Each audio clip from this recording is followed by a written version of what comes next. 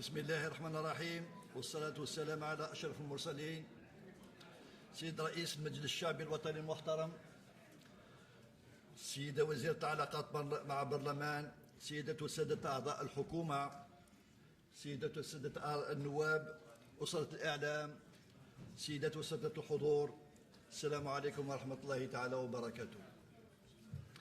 أولا وقبل كل شيء أود أن أقدم لكم بعض التوضيحات حول أسباب تأخر تقديم مشروع قانون المالية لسنة 2024 عن الأجل المحددة، وأنا متيقن من تفهمكم بهذا الموضوع. فهذا التأخر يعود أساسا لأجل قصيرة بين إيداع وتقديم بيان السياسة العامة للحكومة وموعد إيداع ومناقشة مشروع قانون المالية التصحيحي لسنة 2023، كما يتعين الإشارة إلى البرنامج المكثف للمجلس الوزراء وأهمية الملفات المبرمجة من قبل السيد رئيس الجمهورية، مما جعل فحص هذا المشروع لأهميته يتم خلال حصتين للمجلس الوزراء، نتج عنه اتخاذ عدة قرارات هامة من طرف السيد رئيس الجمهورية. في البداية أرى أنه من المفيد التذكير بالسياق القانوني الخاص بتقديم مشروع قانون المالية لسنة 2024 أمام مجلسكم الموقر، حيث أنه يتزامن مع لحظة استثنائية باعتباره ثاني قانون مالية تم إعداده ومناقشته وفق القواعد والمبادئ التي ينص عليها القانون العضوي رقم 1815 المؤرخ في 2 سبتمبر 2018 والمعدل والمتمم والمتعلق بالقوانين المالية. بالفعل كان قانون المالية 2023 أول قانون المالية تم إعداده ومناقشته والتصويت عليه وفقا للقانون العضوي المتعلق بالقوانين المالية، والذي تم إثراؤه بمقترح القانون العضوي الذي بادر به النواب بتكريس مبدأ التخصيصات الخاصة لغرفتي البرلمان والمجلس الدستوري، مع تأكيد مبدأ الاستقلالية المالية للمؤسسات المعنية. يجدر التذكير في هذا الصدد أنه وفقا للقانون العضوي رقم 1815 المؤرخ في 2 سبتمبر 2018 يحدد قانون المالية بالنسبة لكل سنة المالية، لا سيما طبيعة ومبلغ وتخصيص موارد وأعباء الدولة، ويتم بموجب هذا القانون تحديد مبلغ الاعتمادات المالية التي يتم تخصيصها سنويا لكل وزارة ولكل مؤسسة أو هيئة عمومية، بما في ذلك الهيئات البرلمانية. ومن المفيد أيضا التذكير بالمكانة المركزية التي تحتلها القوانين المالية في المنظومة التشريعية، باعتبارها الأداة بالامتياز لتنفيذ برنامج الحكومة، إذ تنص المادة الثانية من القانون العضوي 1815 المتعلق بقوانين المالية صراحة أن القانون المالية يساهم في تجسيد السياسات العمومية التي يكون تنفيذها مؤسسا على مبدأ التسيير المتمحور حول النتائج، انطلاقا من الأهداف واضحة ومحددة وفقا للغايات المصلحة العامة والتي تكون موضوع التقييم. سيد رئيس المجلس الشعبي الوطني المحترم، سيدات وسادة النواب، اسمحوا لي أن أقدم لكم أهم عناصر مشروع القانون المالية لسنة 2024 وآفاق سنتي 2025 و26، بالإضافة إلى التدابير التشريعية المقترحة ضمن هذا المشروع. لقد جاء إعداد مشروع قانون المالية لسنة 2024 وآفاق سنتي 2025 و2026 في سياق دولي وإقليمي يتسم بحالة ترقب مرتبطة بشكل خاص بتطور النزاع الأوكراني الروسي والتي تضاف إليها الضغوط التضخمية التي لاحظت في معظم اقتصاديات العالم. فعلى الصعيد الداخلي يأتي إعداد مشروع القانون المالي لسنة 2024 في سياق مواتي أظهر خلاله الاقتصاد الجزائري مرونة في مواجهة الصدمات المتتالية من الأزمة الصحية ثم الصراع الروسي الأوكراني، من خلال تحسن مؤشرات الاقتصاد الكلي والميزانية التي تشير إلى استمرار النمو مدعوما لا سيما بنشاط القطاع خارج المحروقات وتحسن عائدات الصادرات وتحقيق فائض في ميزانية المدفوعات وتراكم احتياطي الصرف والتقليص عجز الميزانية. مع ذلك لا تزال توترات الجيوسياسية المستمرة المؤثرة على الأسعار العالمية للمواد الأولية لا سيما المنتوجات الغذائية التي تستمر أسعارها في الارتفاع تتطلب تدخلا متزايدا من جانب الدولة. هذه الحالة تؤثر سلبا على القدرة الشرائية للأسر وتوازنت له الحسابات الميزانية الدولة. في الواقع في محاولة للتخفيف في آثار هذه الزيادات تم اتخاذ تدابير لتعزيز القدرة الشرائية للأسر لا سيما عبر مراجعة السلم الضريبة على الدخل الإجمالي وزيادة رواتب الموظفين المنبثقة من مراجعة شبكة النقاط الاستبدالية لسنة 2022 2023 و2024، إنشاء وإعادة التقييم منحة البطالة وزيادة إعانات ومعاشات التقاعد لصالح فئات الاجتماعية معنية.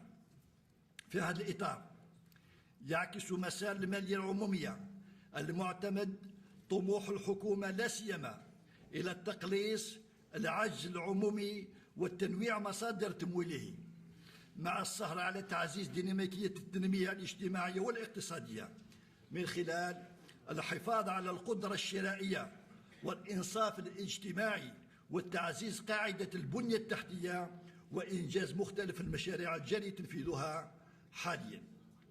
كما يندرج هذا المشروع في سياق يتميز بعودة استقرار الوضعية الاقتصادية الناتج عن التحسن في المؤشرات الاقتصادية الكلية والميزانية، والذي يرجع أساسا إلى التدابير المتخذة من طرف السلطات العمومية وفقا لتوجهات السيد رئيس الجمهورية على مستوى الاجتماعي والاقتصادي، وذلك منذ سنة 2020 والمتعلقة خاصة بالمحافظة على القدرة الشرائية وتحسينها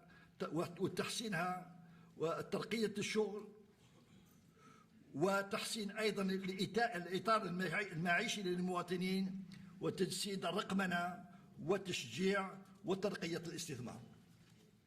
تتميز توجيهات التأطير الميزانية متوسط المدى 2024-2026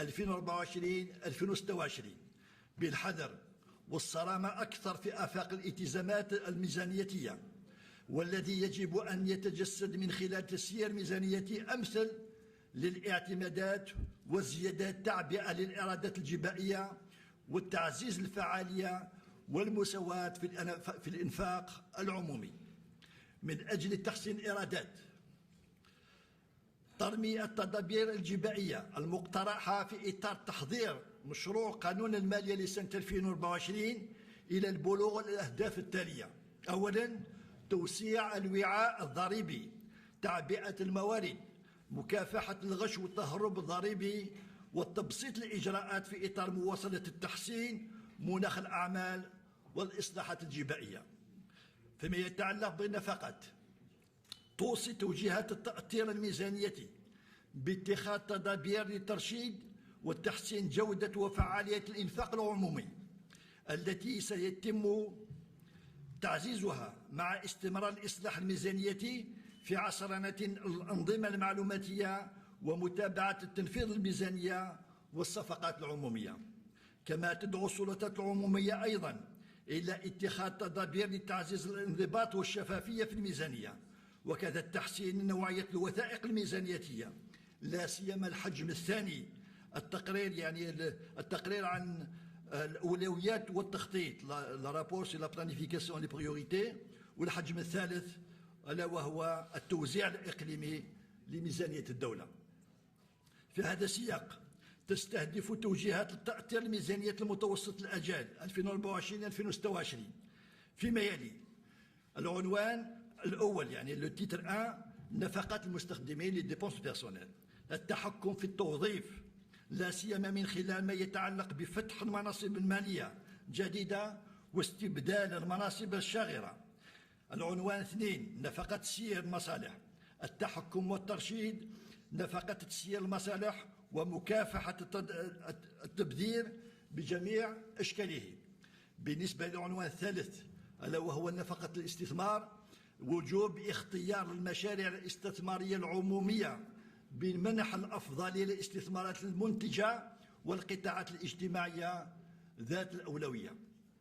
أما بالنسبة للعنوان النفقات التحويل، ترشيد نفقات المؤسسات العمومية تحت الوصاية لا سيما من خلال تنظيم شروط استحقاق المؤسسات العمومية للإعانات من ميزانية الدولة وشروط منحها، وإعداد وضعية شاملة للمحاصيل الرسوم شبه الجبائية المتوقعة لسنة 2024. سيد رئيس المجلس الشعبي الوطني المحترم، سيدات وسادة النواب، أود التنويه أنه فيما يخص التوقعات إغلاق سنة 2023 والتقديرات سنة 2024 وآفاق سنتي 2025 و2026 فقد تم إعدادها استنادا إلى إشغال تغيير سنة أساس الحسابات الاقتصادية التي باشرت فيها مصالح الديوان الوطني للإحصائيات، بحيث تم اتخاذ سنة 2001 كسنة الأساس بدلا من سنة 1989، والتي تعتمد حاليا كسنة الأساس لإعداد الحسابات الاقتصادية للجزائر. كما سيتم اعتماد سنة 2011 كسنة الأساس في المرحلة الثانية القادمة، ثم سنة 2022 في المرحلة الثالثة. إن الدافع وراء عملية التغيير سنة الأساس البازاج هو الأخذ بعين الاعتبار لا سيما التغيير في السلوك القطاعات المؤسساتية والتغيير الهيكلي في الاقتصاد الوطني وظهور أنشطة ومنتوجات جديدة واختفاء أخرى، وتقدير أفضل للقطاع الغير الرسمي.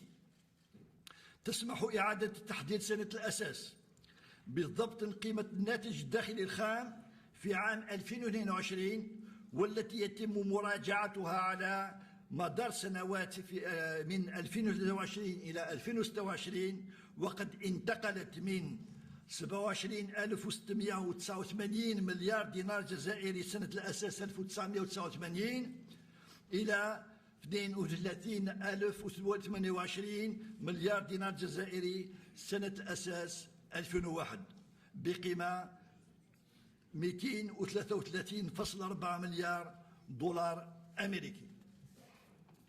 فيما يتعلق بالتأطير الاقتصادي الكلي لفترة 2024-2026 تم إعداده مع الأخذ بعين الاعتبار الوضع الدولي لا سيما الانعكاسات الاقتصادية للصراع الأوكراني الروسي من جهة، وتطورات السنوية للمجامع الاقتصاد الكلي والميزانية من جهة أخرى. في هذا السياق سنستند التنبؤات مجامع الاقتصاد الكلي والميزانية على الفرضيات التالية: اعتماد 60 دولار أمريكي كالسعر المرجعي للبرميل النفط الخام خلال الفترة 2024 و2026، اعتماد 70 دولار أمريكي كالسعر السوق التقديري للبرميل النفط الخام خلال الفترة 2024-2026. وستبلغ النفقات العمومية خلال سنوات 2024 2025 و2026 ما مقداره 15275 مليار دينار جزائري، 15900 مليار دينار جزائري و15705 مليار دينار جزائري على التوالي. بعد الأخذ بعين الاعتبار الفرضيات المعتمدة والمقدمة أعلاه، سيتم عرض المؤشرات الرئيسية لتأثير الاقتصاد الكلي والميزانية للمشروع القانون المالي لسنة 2024 والتنبؤات لسنتي 2025 و2026 على النحو التالي. فيما يخص النمو الاقتصادي، فمن المتوقع أن ينمو النشاط الاقتصادي بمعدل 4.2% في سنة 2024، 3.9% في سنة 2025، 4% في سنة 2026، مدفوعا بأداء جميع القطاعات. أما بالنسبة للتجارة الخارجية، ستصل صادرات السلع إلى 49.8 مليار دولار أمريكي في سنة 2024 مقابل 55 مليار دولار أمريكي في تنبؤات الإغلاق سنة 2023، وستسجل زيادة طفيفة في سنة 2025 و2026 لتبلغ 50.3 مليار دولار أمريكي و 51.6 مليار دولار أمريكي على التوالي. وسترتفع واردات السلع لسنة 2024 بدولار الجاري بنسبة 7.1% مقارنة بتنبؤات إغلاق سنة 2023 لتصل إلى 43.5 مليار دولار أمريكي، ثم 47.4 مليار دولار أمريكي في سنة 2025 و 47.4 مليار دولار أمريكي في سنة 2026. واستنادا على تطور الصادرات وواردات السلع، سيسجل الميزان التجاري فائضا بين سنتي 2024 و 2026 ليبلغ 6.8 مليار دولار أمريكي في عام 2024، ثم 2.9 دولار أمريكي و 4.2 مليار دولار أمريكي في سنتي 2025 و 2026 على التوالي. بالنسبة لتطور الميزانية العمومية خلال فترة 2024-2026، ستصل الإيرادات الميزانيتية في سنة 2024 إلى 9105.3 مليار دينار جزائري، وستبلغ بين سنتين 2025 و 2026 زيادة متوسطة بحوالي 4.2%، أي ما يقدر أي مقداره 3537.2 مليار دينار جزائري و 9881.9 مليار دينار جزائري على التوالي. في الحين ستنخفض الجباية البترولية بنسبة 8.9% من سنة 2024 مقارنة بسنة 2023 لتنتقل من 3356.3 مليار دينار جزائري في سنة 2023 إلى 3512 مليار دينار جزائري في سنة 2024، ثم 3520.9 مليار دينار جزائري في سنة 2025 و 3563 مليار دينار جزائري في سنة 2026. ومن المتوقع أن تسجل الإيرادات خارج الجباية البترولية ارتفاع من 5593 مليار دينار جزائري في سنة 2024 إلى 6016 مليار دينار في سنة 2025 و 6318.6 مليار دينار في سنة 2026. كما ستبلغ نفقات الميزانية ما قيمته ب 15275.3 مليار دينار جزائري و 15900 مليار دينار جزائري و 15705 مليار دينار جزائري خلال سنوات 2024 2025 و 2026 على التوالي. نتيجة لذلك وبالنظر إلى المستويات المتوقعة للإيرادات والنفقات، سينتقل عجز الميزانية من 5526 مليار دينار جزائري في تنبؤات إغلاق سنة 2023 إلى عجز يقدر ب 6170 مليار دينار جزائري في سنة 2024 و 6363 مليار دينار جزائري في سنة 2025 قبل أن يعرف هذا العجز تراجعا ليصل إلى 5823 مليار دينار جزائري في سنة 2026، بينما سينتقل العجز الإجمالي للخزينة le déficit global du trésor من 6319 مليار دينار جزائري في تنبؤات إغلاق سنة 2023 إلى عجز يقدر ب 7073 مليار دينار جزائري في سنة 2024 و 7267 مليار دينار جزائري في سنة 2025 قبل أن يعرف هو كذلك هذا العجز تراجعا ليصل إلى 6727 مليار دينار جزائري في سنة 2026. سيد رئيس المجلس الشعبي الوطني المحترم، سيدات وسادة النواب، فيما يتعلق بميزانية الدولة المقدرة لسنة 2024 ستؤدي مستويات توازناتها إلى عجز ميزانية يقدر ب 6170 مليار دينار جزائري، يعني 17.4% من الناتج الداخلي الخام، مقابل 5526 مليار دينار جزائري، يعني 16.4% من الناتج الداخلي الخام في تنبؤات إغلاق سنة 2023. وسيمثل العجز الإجمالي للخزينة 7073 مليار دينار جزائري، يعني 19.9% من الناتج الداخلي الخام في سنة 2024.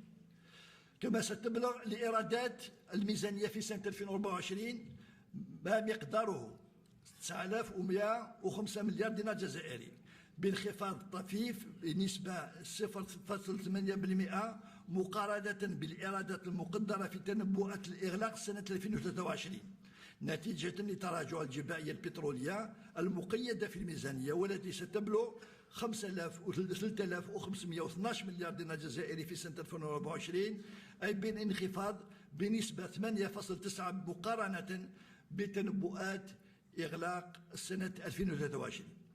وسترتفع الإيرادات خارج الجباية البترولية المقدرة في سنة 2024 بنسبة ب5% مقارنة بتنبؤات الإغلاق سنة 2023 لتبلغ 5593 مليار دينار جزائري.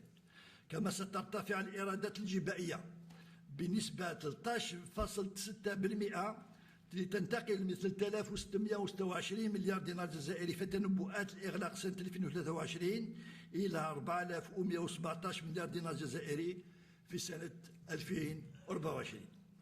أما النفقات الميزانية ستصل في سنة 2024 إلى 15293 مليار دينار جزائري كرخصة الالتزام، و 15275 مليار دينار جزائري كاعتمادات الدفع، مسجل بذلك انخفاض قدره 33 مليار دينار جزائري، أي 0.2% في رخصة الالتزام، وارتفاع بمبلغ 568 مليار دينار جزائري، أي ما يقدر ب 3.9% في الاعتمادات الدفع، وهذا مقارنة بالقانون المالي أو القانون المالية التصحيحي لسنة 2023.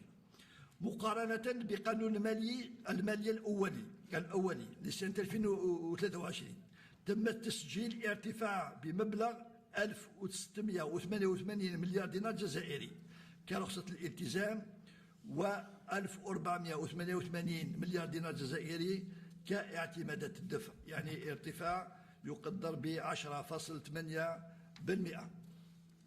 وتجدر الإشارة إلى أن الطلبات المعبر عنها من طرف مجموع القطاعات قد بلغت لسنة 2024 ما قيمته 16952 مليار دينار جزائري كرخصة الالتزام، و 16424 مليار دينار جزائري كاعتمادات الدفع.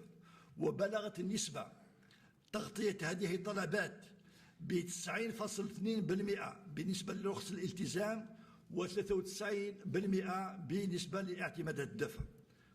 أيضا تجدر الإشارة إلى أن الميزانية المعروضة أعلاه مشمولة في رخص الالتزام واعتمادات الدفع حسب محفظة برنامج وفقا للأحكام القانون العضوي المتعلق بالقوانين المالية.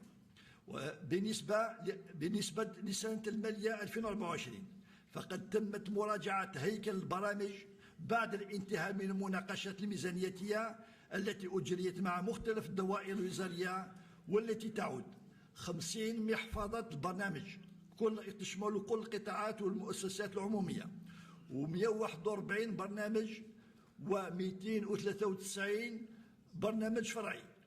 وتتوزع ميزانية الدولة لسنة 2024 حسب عنوان النفقة كما يلي: عنوان النفقة المستخدمين 5156 مليار دينار جزائري في الاعتمادات الدفع ورخص الالتزام، ممثلة 33.8% من مجموع الاعتمادات الدفع لسنة 2024، مسجلا ارتفاعا بمبلغ 675 مليار دينار جزائري كرخصة الالتزام واعتمادات الدفع، أي زيادة 15.1% مقارنة باعتمادات القانون المالية التصحيحي لسنة 2023. أما فيما يتعلق بكتلة الأجور لما سالاريال، تقدر هذه الأخيرة ب 5275 مليار دينار جزائري لسنة 2024 مقابل 4629 مليار دينار جزائري سنة 2023، وهي تمثل بذلك 43.5% من ميزانية العمل للدولة. العنوان نفقة تسيير المصالح الفونكسيونمون دي سيرفيس 633 مليار دينار جزائري كرخصة الالتزام واعتمادات الدفع، ممثلة 4.14% من مجموع الاعتمادات الدفع لسنة 2024، ومتوزعة بذلك في حدود 65% لمجموع المصالح المركزية وغير الممركزة للدولة، و34% لفائدة المؤسسات العمومية تحت الوصاية، ويسجل ارتفاع بمبلغ 98 مليار دينار جزائري، يعني 18% مقارنة باعتمادات قانون المالية التصحيحي لسنة 2023.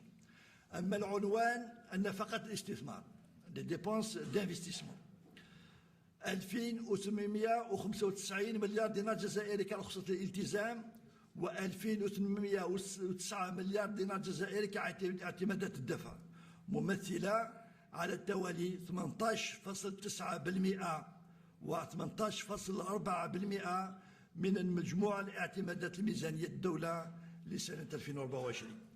وتسجل هذه الاعتمادات انخفاضا بمبلغ 168 مليار دينار جزائري كرخصة الالتزام، وطبعا 227 مليار دينار جزائري كاعتمادات الدفع مقارنة باعتمادات قانون المالية التصحيحي لسنة 2023. أما البرنامج الجديد أو البرنامج الجديد بروغرام 9 يقدر مبلغ الغلاف المالي المرتقب لسنة 2024 لتسجيل العمليات الجديدة ب 2405 مليار دينار جزائري كرخصة الالتزام، و 1357 مليار دينار جزائري كاعتمادات الدفع.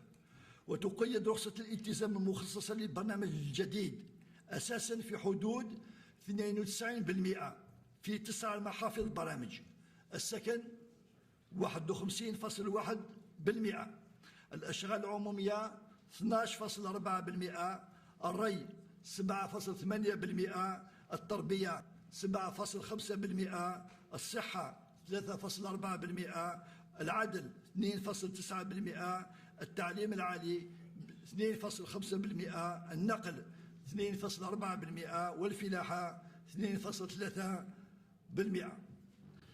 فيما يخص عملية إعادة التقييم لا ريفالياسيون، تبلغ الاعتمادات المرتقبة لسنة 2024 لإعادة التقييم العملية الجاري إنجازها مبلغ 489 مليار دينار جزائري كرخصة الالتزام، و 397 مليار دينار جزائري كاعتمادات الدفع.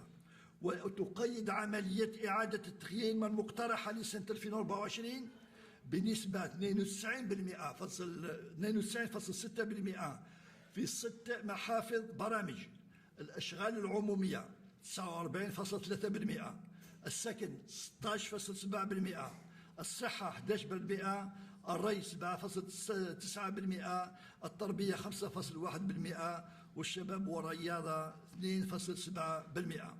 وتقترح هذه الاعتمادات إعادة تقييم العملية الجاري إنجازها، لا سيما تلك التي كانت موضوع رفع التجميد.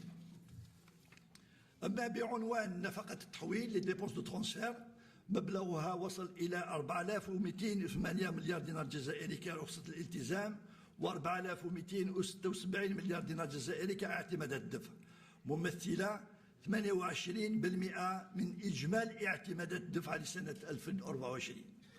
وتغطي هذه النفقات أساسا التدخل الاقتصادي والاجتماعي للدولة، لا سيما الإعانات للمواد ذات الاستهلاك الواسع، حيث بلغ مقداره 704 مليار دينار جزائري لسنة 2024. وكذلك يترجم التدخل الدولة أيضا من خلال مختلف الأجهزة المبينة حسب الأصناف كالآتي: فيما يخص دائما التحويلات، نجد تحويلات لفائدة الأشخاص للترانسفير أو بيرسون 1860 مليار دينار جزائري، 45.2% من مجموع اعتمادات التحويلات.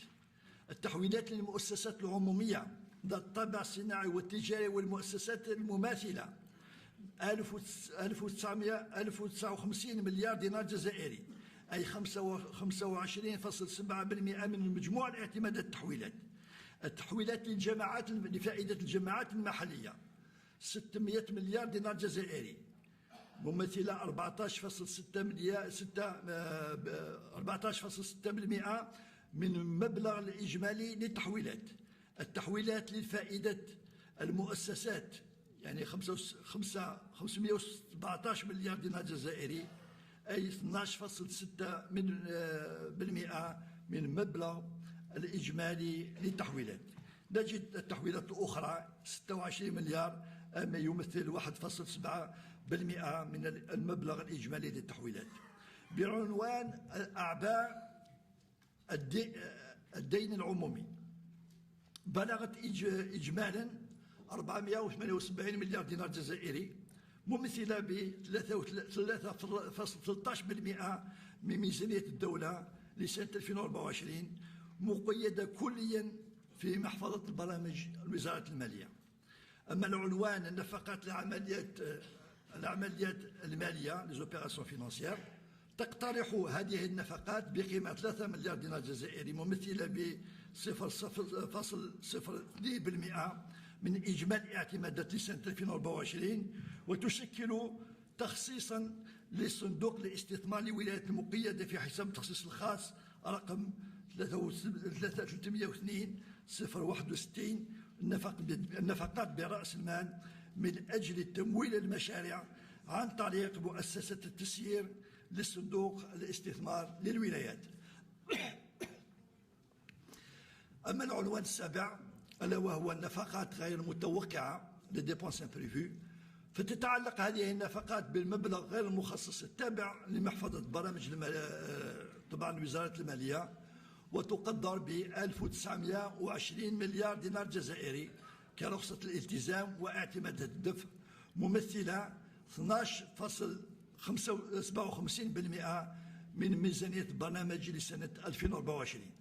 وتسمح هذه النفقات إلى جانب تغطية النفقات غير المتوقعة للسنة المالية المعنية بتكفل بالنفقات الناجمة عن القرارات المتخذة فيما يخص مراجعة الأنظمة الأساسية لبعض القطاعات، لا سيما تلك الخاصة بالتعليم العالي والصحة والتربية الوطنية والأئمة، مراجعة منح المجاهدين وذوي الحقوق، ومواصلة جهود الاستدراك لفائدة بعض الولايات المقررة من طرف السلطات العمومية من حيث الاستثمار. سيد رئيس المجلس الشعبي الوطني المحترم، سيدات وسادة النواب، فيما يتعلق بأهم التدابير مشروع القانون المالي لسنة 2024، فهي تتمحور حول ما يلي: أولا، الدعم الاستثمار الاقتصاد الوطني، إلغاء من بين هذه التدابير نجد إلغاء الرسم على النشاط المهني لا تاب، وذلك تطبيقا لتعليمات السيد رئيس الجمهورية. منح المشاريع الاستثمارية المهيكلة الممولة بقرض من خزينة إمكانية استفادة من الشروط التمويلية خاصة. ترخيص الملاك عفوا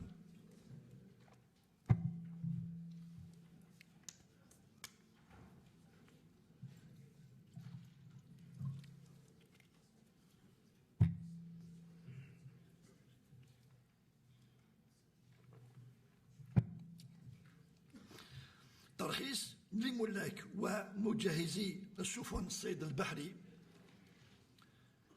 وتربية المائيات مرة كل 5 سنوات بجمركة المحركات البحرية الداخلية والمستعملة والتي يقل عمرها عن 5 سنوات. يندرج هذا التدبير في إطار تنفيذ تعليمات السيد رئيس الجمهورية المسدة خلال المجلس الوزراء المنعقد بتاريخ 30 أبريل 2023، والتي تناولت ضرورة النص على كل الإجراءات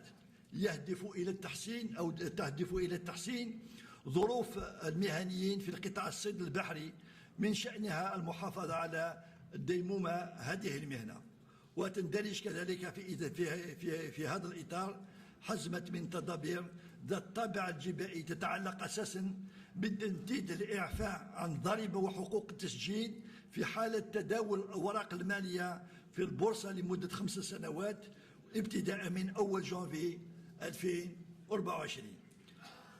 أيضا نجد إعفاء عملية إعادة التأمين وإعادة التأمين تكافلي من الرسم على القيمة المضافة، كما تم إدراج تدابير خاصة تتعلق بضمان الدولة للادخار السكني التنظيمي الموجه حصريا لتمويل برامج السكن العمومي لفائدة المدخرين، والإعفاء المؤقت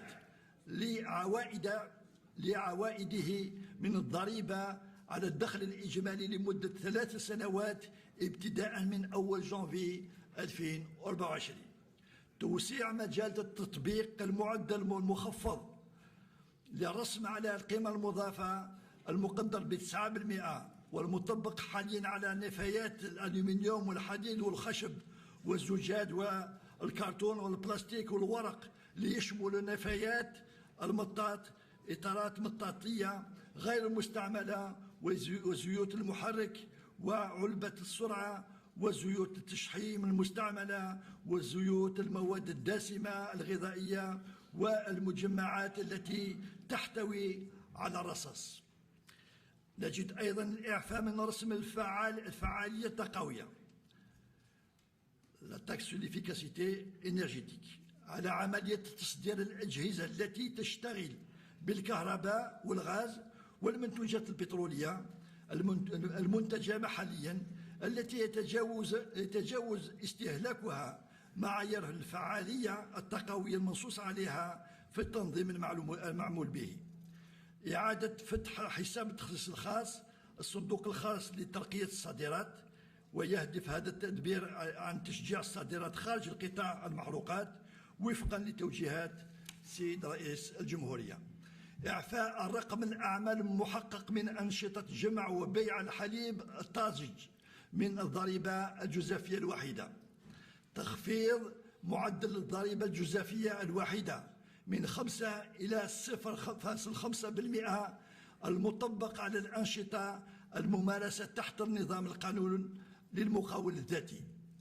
ثانيا، الامتثال الجبائي من باب الامتثال الجبائي ومكافحة الغش والتهرب الجبائي أو الجبائيين. نجد من خلال خاصة التدابير التالية: أولا، استحداث إلزامات تصريحية ودفع الاقتطاعات بعنوان الضريبة على الأرباح الشركات المطبقة على الأرباح الموزعة بالإضافة إلى العقوبات المطبقة نتيجة عدم أو قلة الدفع هذه الاقتطاعات. إلزامية التصريح برقم الأعمال المعفى من رأس المال على القيمة المضافة من طرف الأشخاص الخاضعين لهذا الرسم. تأسيس غرامة تعادل 5% من كتلة الأجور تطبق على المكلفين الذين لم يقوموا باكتتاب كشف المرتبات والأجور من باب التوسيع الوعاء الضريبي وتعبئة الموارد. ضمن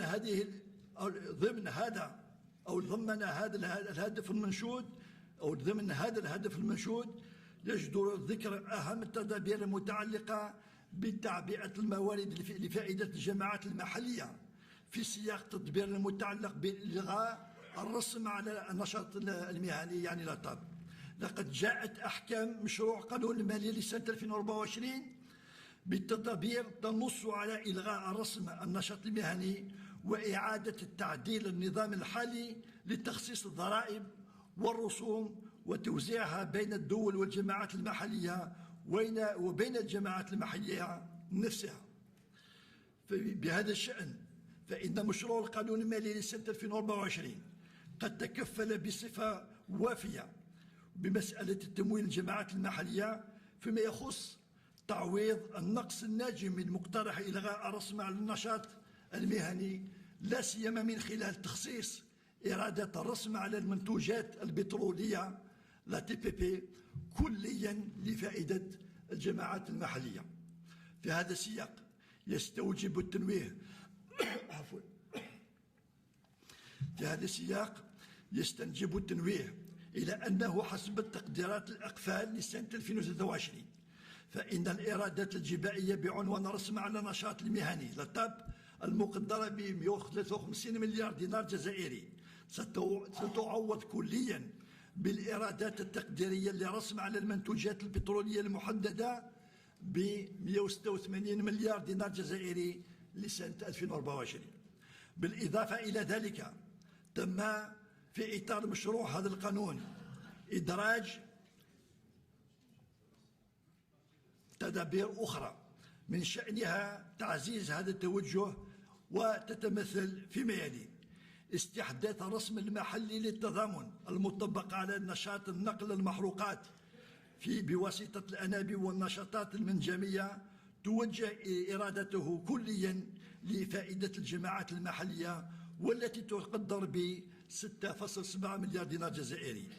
زيادة الحصة العائدة لصندوق التضامن وضمان للجماعات المحلية من ناتج القسيمة على السيارات من 2 إلى 50% ليصل المبلغ التقديري الإجمالي العائد لهذا الصندوق ب 7.8 مليار دينار جزائري. زيادة الحصة العائدة لصندوق التضامن وضمان الجماعات المحلية ب 50% بعنوان ناتج الرسم المطبق على تعبئة الدفع المسبق ليصل المبلغ التقديري الإجمالي العائد لهذا الصندوق ب 9.3 مليار دينار جزائري. تخصيص حصة 50% من ناتج الرسم الخاص بحرق الغاز لا تاكس دو تورشاج لفائدة صندوق التضامن وضمان الجماعات المحلية وتقدر ب 11.3 مليار دينار جزائري. وعليه نجد أن توزيع الناتج الضرائب والرسوم التقديري الموجه للجماعات المحلية لسنة 2024 سوف يعرف ارتفاعا معتبرا من 438 مليار دينار جزائري في سنة 2023 إلى 515 مليار دينار جزائري في سنة 2024 مما يسمح تسجيل فائض قدره 77 مليار دينار جزائري. رابعا من الباب التسهيلات الجبائية والتبسيط ومواءمة الإجراءات. يحتوي قانون المالية عدة تدابير تسعى إلى التبسيط والإجراءات التي تهدف إلى تحسين العلاقة بين الإدارة والمكلفين بالضريبة لتشجيعهم على احترام واجباتهم الجبائية من حيث التصريح والتسديد. ومن أهم هذه التدابير من باب النشاط الاقتصادي توسيع نطاق تطبيق معدل 9% من الرسم على القيمة المضافة و5% من الرسوم الجمركية للمدخولات الموجهة لتربية المائية التي كانت تنحصر على تكاثر المائيات. تشجيع تسديد الديون، تخفيض الدفع الأولي للحصول على رزمنة الدفع الديون الجبائية من 10 إلى 5%. الاستفادة من الجدول للتسديد دون الدفع مسبق للمدينين اتجاه قابض أملاك الدولة بعنوان استغلال الأراضي الفلاحية مع الاكتفاء بتقديم الطلب في هذا الشأن. من باب الضمانات للمكلف بضريبة لغارونتي دي كونتريبيابل، السماح للمكلفين بالضريبة استئناف قرارات لجان الطعن أمام المحاكم الإدارية سواء قبل أو بعد الأجال الممنوحة لهذه اللجان للفضل في الطعون والمتمثل في 4 أشهر. خامسا الحفاظ على القدرة الشرائية للمواطن من خلال خاصة منح التخفيض يقدر ب10% يحسب على الإيجار المتبقى لمستحق الدفع لصالح المستفيدين من سكنات في إطار برامج البيع الإيجار يعني الADL، والذين دفعوا 25% من الثمن السكن والذين يرغبون في تسديد المتبقي من تكاليف سكنهم قبل الموعد المحدد. جاء اقتراح هذا التدبير طبعا لتعليمات سيد رئيس الجمهورية المسدة خلال مجلس الوزراء المنعقد في 3 أكتوبر 2021. التمديد للأجال الممنوحة للشاغل المساكن الإيجارية للقطاع العام ذات الطابع الاجتماعي الممولة من ميزانية الدولة الراغبين في الحصول على مساكنهم لتقديم طلبات الشراء الخاصة بهم إلى غاية 31 ديسمبر 2025 بدلا من 31 جويلية 2023. تمديد الإعفاء من الرسم على القيمة المضافة إلى غاية 31 ديسمبر 2025 الممنوح للعملية المتعلقة بتقديم الخدمات الإنترنت الثابتة. إعفاء مؤقت من الرسم على القيمة المضافة في مرحلة الإنتاج والتسويق بالجملة والتجزئة إلى غاية 31 ديسمبر 2024 والمتعلق بدجاج التسمين والديك الرومي والبيض الاستهلاك والفواكه والخضروات الطازجة المنتجة محليا، الحبوب الجافة والأرز المنتجة محليا أو المستوردة. التوضيح بشأن الإعفاء المؤقت لرسم على القيمة المضافة بالنص على أن الإعفاء من هذا الرسم لا ينطبق إلا على الدقيق العادي والرفيع وكذلك السميد. تمديد الأجل الذي يتعين فيه على مستوردي محول الزيت والخام للصوجة تحت طائلة فقدان الاستفادة من التعويض والإعفاء الجمركي والجبائي الممنوحة عند الاستيراد مباشرة عملية الإنتاج هذه المادة الأولية أو اقتنائها من السوق الوطنية من 31 ديسمبر 2023 إلى 31 ديسمبر 2024. تخفيض تعرفة حقوق الطابع المطبقة على جوازات السفر المكونة من 48 صفحة الصادرة بالجزائر وكذلك تلك الصادرة لفائدة أفراد الجالية الجزائرية المقيمة بالخارج. تأسيس منحة جزافية للتضامن تمنح لفئات الاجتماعية بدون دخل لا سيما أرباب العائلات والعائلات والأشخاص البالغين أكثر من 60 سنة وكذا الأشخاص من ذوي الاحتياجات الخاصة الذين يستوفون الشروط المحددة عن طريق التنظيم. فتح حساب التخصيص الخاص عفوا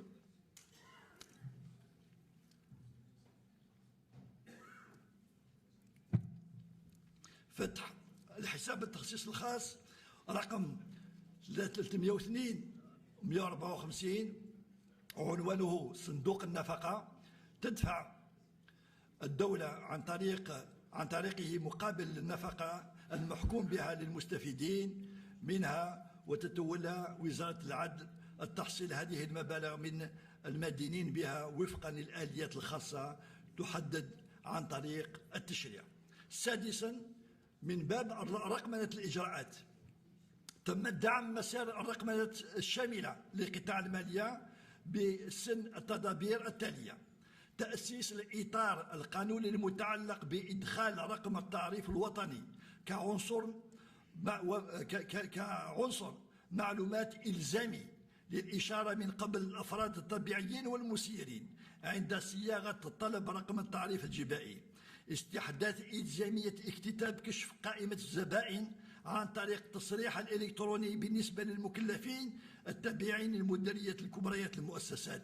إمكانية التسديد عن طريق الدفع الإلكتروني للإتاوة ورسوم أملاك الدولة والحفظ العقاري ومسح الأراضي المحصلة من طرف قابض الأملاك الدولة والحافظ العقاري والحفظ العقاري. التصريح الجمركي الإلكتروني الالتزامات اتجاه المصرح اكتتاب التصريح الجمركي إلكترونيا على أساس الوثائق الرقمية. الاحتفاظ بالوثائق الأصلية المكونة لملف تصريحه طوال المدة المنصوص عليها في القانون الجماركي. القيام بالتوقيع الإلكتروني على التصريح طبقا للتشريع السري المفعول. تحديد الأجال لإيداع التصريح الإلكتروني عند استلامه من قبل المصالح الجمركية. إلزام المسافرين الذين يملكون مبالغ بالعملة الوطنية أو الأجنبية تزيد عن الحد المحدد بموجب التشريعات والتنظيمات المعمولة بها بالتصريح عنها كتابيا أو إلكترونيا لدى المصالح الجمركية. استبدال إلزامية تقديم ميثاق المكلف بضريبة نسخة ورقية الخاضعة للتحقيق المحاسبي بإلزامية كتابة العبارة في إشعار التحقيق بجاهزيته للإطلاع والتحميل على موقع المديرية العامة للضرائب. سابعا، تدابير أخرى تتعلق أساسا بالتكفل الخزينة بالفوائد خلال فترة الاسترداد ومعدل التخفيض من القروض التي تمنحها البنوك العمومية بنسبة تصل إلى 100% في إطار إنجاز الشريحة الإضافية البالغة ب50,000 وحدة سكنية من النوع البيع بالإيجار بعنوان سنة 2024. وضع تحت تصرف البنك الوطني للإسكان تمويل برامج السكن العمومي بالإيجار ومختلف الوسائل والشبكات المختلفة الرئيسية والثانوية، بالإضافة إلى المساعدات الأولية ومساهمة الدولة للحصول على السكن بدلا من الصندوق الوطني للإسكان. وللتذكير، جاء إنشاء بنك الإسكان تنفيذا لتعليمات السيد رئيس الجمهورية الصادرة خلال مجلس الوزراء المنعقد بتاريخ 5 جوان 2022. منح المؤسسة الوطنية للترقية العقارية إمكانية التسويق الحر للمساكن الترقوية العمومية غير المباعة مع مراعاة دفع الإعانات غير المباشرة للدولة. الإبقاء على حساب التخصيص الخاص رقم من 302 138 للصندوق لمكافحة السرطان المقرر إغلاقه في موعد أقصاه 31 ديسمبر 2023. تطهير مدونة حسابات الخزينة من خلال إغلاق 17 حساب مخصص للقروض الممنوحة للحكومات الأجنبية والصب أرصدتها في حساب نتائج الخزينة. توسيع نطاق تدخل صناديق الاستثمار الولائية واستناد مراقبة أسهم مساهمة شركات التسيير في الصندوق الوطني للاستثمار من خلال اتفاقية موقعة مع الشركات المساهمة الخاصة وشركة رأس المال الاستثماري وشركة تسيير البنوك والمؤسسات العمومية. تمديد الأجال الممنوحة للمتعاملين الاقتصاديين للامتثال الإلزامية تسخير وسائل الدفع الإلكتروني للمستهلك إلى غاية 31 ديسمبر 2024. توضيح أن إعفاءات عملية الاقتناء في السوق المحلي واستيراد السلع والمعدات والخدمات من طرف المؤسسات المقيمة في الجزائر من أجل إنجاز مشاريع التعاون والتضامن الدوليين يقتصر فقط على الحقوق الجمركية والرسم على القيمة المضافة وكذا الرسم التوطين البنكي. بالإضافة إلى ذلك تم تقديم عدة تدابير تتعلق بالتنازل على الأراضي في الملك الخاص للدولة والمخصصة لإنجاز مشاريع الترقية العقارية ذات الطابع التجاري. سيد رئيس المجلس الشعبي الوطني المحترم، سيدات وسادة النواب، تلكم هي أهم عناصر مشروع قانون المالية لسنة 2024 وآفاق سنتي 2025-2026، بالإضافة إلى التدابير التشريعية المقترحة ضمن هذا المشروع التمهيدي التي بدا لي من المفيد أن أعرضها أمامكم، وأشكركم على حسن الإصغاء، والسلام عليكم ورحمة الله تعالى وبركاته.